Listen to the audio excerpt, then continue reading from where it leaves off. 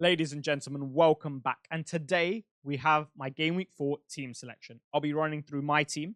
I'll also be running through something more important, my long-term strategy, why I'm not looking at wildcarding in this window that everyone else is, 4 to 6, and I will be answering your key questions at the end of the video in a short fire round style. So if you do enjoy, if you get any value from the video, please do consider subscribing. I promise you the videos are going to get better and better. I think they're at a respectable quality already, so you will be missing out if you don't subscribe. I have started on 229 points from the first 3 games. I think it's a decent start, and I look to build on that. Again, 50% off on Fantasy Football Hub, team reveals from the best in the world, the My Team AI tool, in an era that models is becoming so important. So if you want to get an edge over your friends and beat them this time around, you know where to go. Over here, 50% off, link in the description. But nothing else needs to be said, so let's get into it. Rightio, we're going to go into the goalkeepers first, and this is my favorite part of the team this week. And it's rare you say that because it's usually the most boring category by some way. But not only do I have an opportunity, but it's just going to be a lot of fun this week. I have no intention of getting any Liverpool players for Game Week 4, as much as I'd like them. And I don't have any currently. So I will have sells against a barrage of effective ownership from Merseyside. And to counter that, I will have sells. The thing I like about this is that if I can hit, if sells can somehow keep a clean sheet, one, he's going to hold big, and it means that so many other assets in other teams will be blanking. So at least I open myself up to enormous upside. I'm talking huge, huge swings. If you look at, for example, let's say Salah, Jota, and Trent, very popular Liverpool trio, versus, and let's say Henderson goal, versus for me, it would be what? Sells, Gabriel, and then 2 premiums, so Haaland and someone else. If Sells manages to have a brilliant game and Forest do really well, and Liverpool alter, they must if he does, and he keeps a clean sheet, then I will go at least 30 points clear, I feel like, this week, but probably more. So at least the upside is there. And you know what? What's the worst that happens? He concedes a few goals, he gets a 1 point. Okay, my midfields and attackers can still match the Liverpool boys. But nonetheless, I'm excited about the upside this week, and I look forward to owning him. I mean, Forest have been good defensively. So yeah, this will be their first real test, though. So we'll see what happens. But overall, I'm very, very happy to own him, even if it's just for the enjoyment side. Now, the defense. So some people are slightly concerned about Konsa and his injury status, given he went off in the game against Finland for England midweek. From my readings, it was an impact injury, shin on shin, bit of bone bruising. The type of guy Konsa seems, I can't imagine him being like, oh, you know what, I'll sit this Premier League game out, especially after it's been 2 weeks and Villa have started strong. I don't think he's going to sit out, especially when they're not super heavy in numbers at that right centre-back role. So I expect Konsa to start. I don't think we'll have any problems there. Robinson retains his place, and why wouldn't he? He's been the standout defensive asset for me, returning in back-to-back weeks, even though Fulham have conceded. Now, do I expect West Ham to score? Yes, I expect West Ham to score against pretty much anyone. Their attack has so much talent. It's just so dangerous for so many reasons. I do think the system could be a bit more for a lot of them, but nonetheless, I think Bowen and Kudus in particular pose a lot of threat, and Paquetá when he gets in those right positions. So I don't expect Fulham to keep a clean sheet, but Robinson's got good attacking upside. And this time they are at home as well, as opposed to the game last week against him. So it's not impossible that I get anything. I'm just not setting my expectations too high. Gabriel, the reason I'm comfortable to play him in this game is, yeah, sure, Arsenal have lost Rice, and that has a huge impact on their clean sheet likelihood. But they are still the best defense in the league, I would say. And Spurs are poor from set pieces, and he's a monster from set pieces. So I think I have genuine attacking upside there. And for those of you who watch my Game Week preview, I think that's becoming of increasing relevance when you pick defensive assets, given a lot of teams nowadays just aren't going to keep clean sheets given the way they play.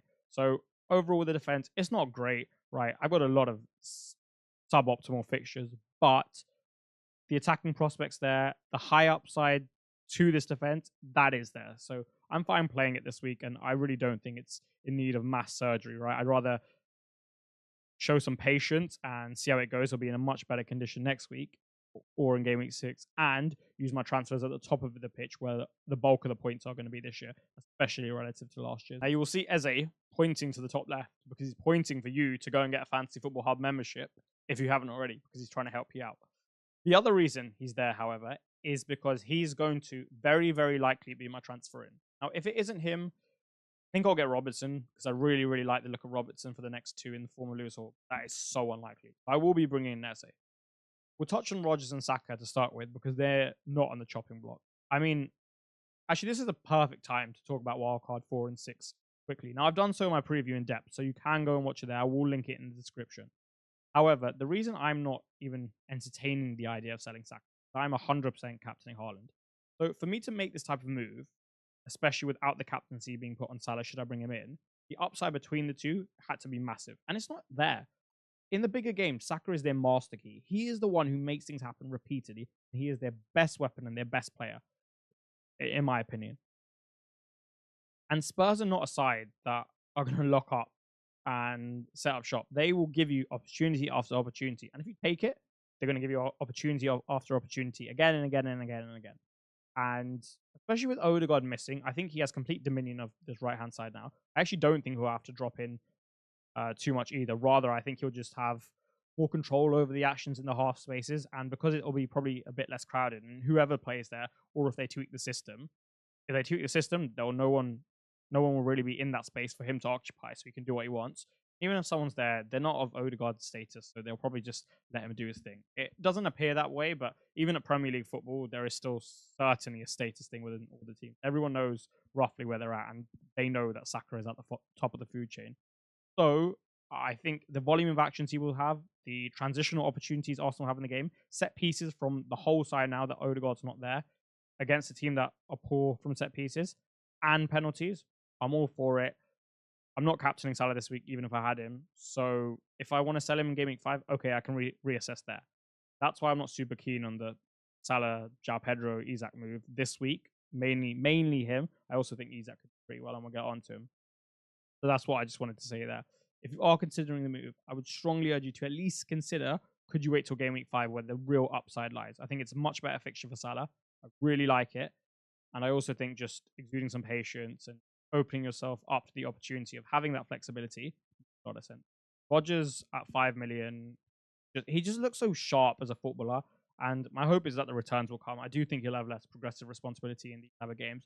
So it's whether he can just arrive and put it away. Not even so much put it away, it's just arriving. Can he arrive in those positions consistently?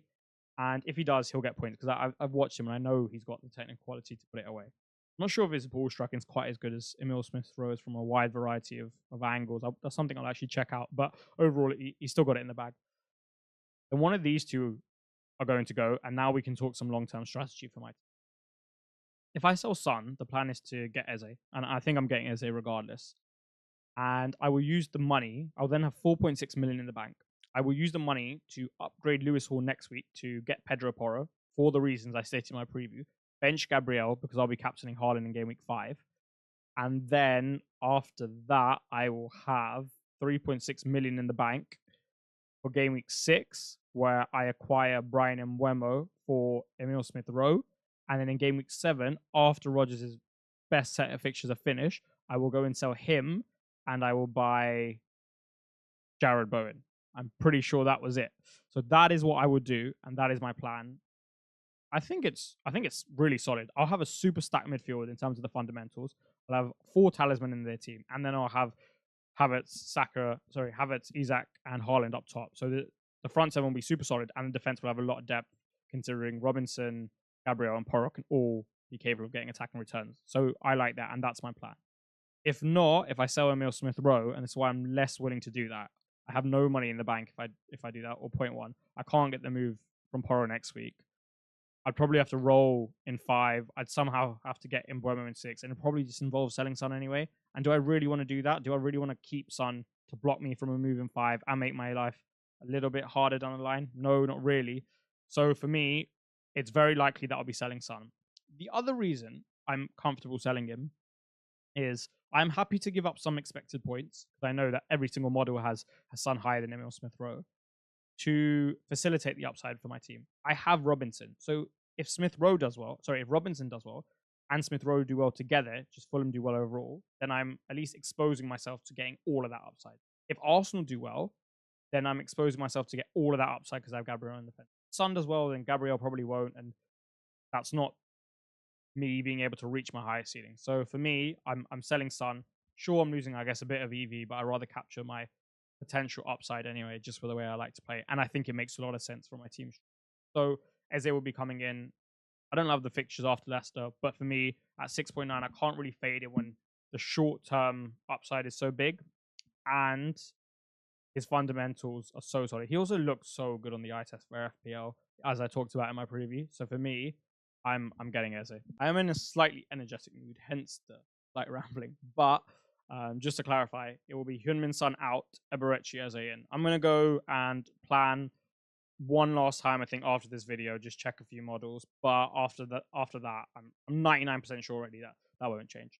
And if it does, I'll put a tweet out or something.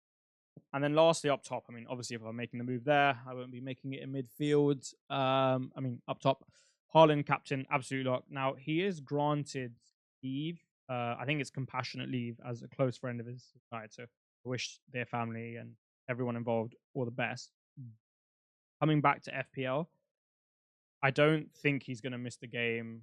I remember an incident happening with a family member and he played the game. I'm pretty sure. So I think he'll play the game and maybe it gives him a little bit extra side to score so he can send a tribute to that friend. But regardless, I wish them all the best, and I do expect him to play. And he will 100% be the captain because he's looked freakishly good.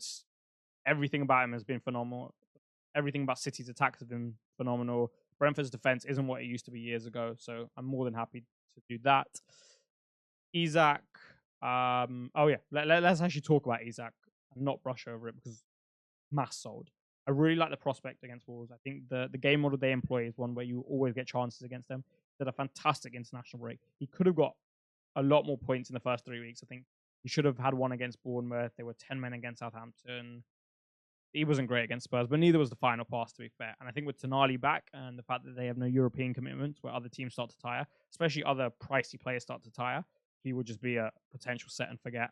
And then Havertz is part of the key question, so I will go through him there. Honestly, considering loads of people are wildcarding 4 and 6 and they'll have Salah, I still really like my team. I am super happy with it. And I think it's going to go well over the next 3 weeks. And then after that, when I still have my wildcard in the bank, I still have my triple captain for the down line, I could have an explosive middle and end. I promised you a short video. However, I was in quite an energetic mood. So I'm not sure that team selection was too short. It's only didn't feel it.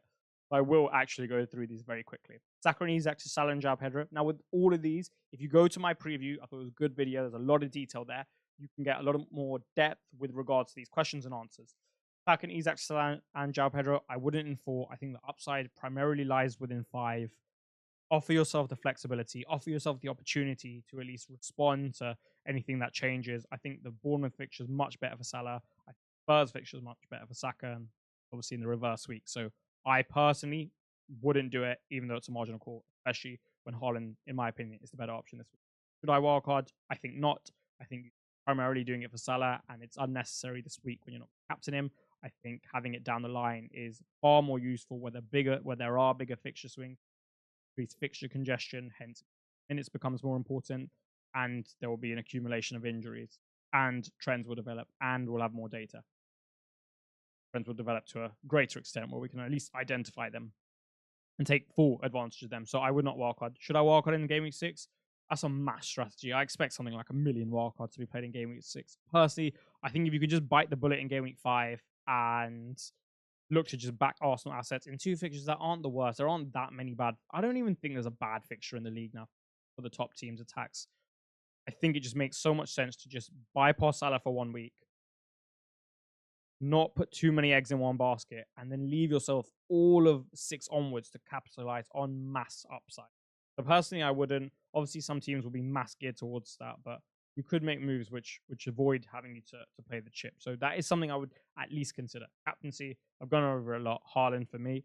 Best wildcard picks. I really like Mbeumo's on the wildcard. I think you could basically pick him forever. If you have to play him in this week, not the end of the world. Brentford can score. They've got enough, especially on transition. So slick. If you watch that game against Palace in Game Week 1, oh my God, I was so impressed. They won't be the same because they won't have the same setup, but still, like, quality's not going to fade. And Lewis Potter, who I think will play in the big game structure, left wing back on Sharda's side, different position, is a very good carrier. He's an underrated carrier. He's an underrated player at wing back in general. Minter, I like as an option. João Pedro as a facilitator. Havertz as your one Arsenal on wildcard 4, where you just kind of set and forget him for a long time. And then I'll come on to my favorite picks for wildcard 4 when I come to the last minute thought. Havertz with Odegaard and Rice. I still don't think Odegaard's that big of a deal. I don't think the high press is unbelievably effective against Spurs anyway, given the build-up's pretty good. They have good rotations in midfield, whether it be Basuma or Madison. They always offer themselves. You've got Porro as well, so and you can go long with some diagonals. So yeah, I think it's cool. On the defensive side, I don't think Odegaard would make too much of a difference. His skill set really lies in deep build-up nowadays and breaking down low blocks, neither of which massively apply to Spurs because you expect a lot of transitions. Rice, I think, is an immense loss. And yeah, sure, Havertz might come into midfield, but if he does, he'll probably be the preseason role where he plays like an 8, but also has second striker responsibilities, can crash the box consistently, etc., etc. Right. So even if it's for one game, it's not the end of the world. There's still potential for output there. And finally, my last minute thought, which I only thought about when I was podding on Green Arrow today, which you can watch on Fantasy Football Hub. I was with the brilliant Fergie and Bakar. I really, really like the Robertson Trent double up. I've been super impressed with Liverpool's defense, and I think they're slowly starting to creep up to the Arsenal City standard. For a while, I think they'll drop off because squad's not as deep as it maybe needs to be to challenge for the league, especially against the City side. But for the next two, given it's at home, given both have genuine attacking upside in their different ways, I wouldn't be surprised if they got a mammoth return, at least one of them in one of those two games. So I would consider that double up. Salah, Robertson, and Trent for the next two. I like it. I think it's a fantastic differential as well because a lot of people will have Salah, but none of the Liverpool defenders. Some people have a bit of both, but not all three. So I do like that, and that was my last minute thought. And that is all she wrote for today. Thank you so much. I'm actually really, really starting to enjoy these YouTube videos now. At the start, it was a bit iffy, but I really am starting to enjoy them now. They're going to get better and better. I feel like I'm finding my flow and just getting used to just speaking in front of a camera by myself. Again, thank you so much for all the support. I love talking to you guys in the comments. Some of the comments you have written have been so kind. So thank you for taking the time out of your day to do that. Any questions, I will answer every single one. Drop it in the comments. Please do subscribe if you haven't already. Like the video, etc., etc. Have a wonderful weekend. Good luck. And I look forward to seeing you for the transfer plans and on the other side. Make sure to be lucky and make sure to have a good day. Goodbye.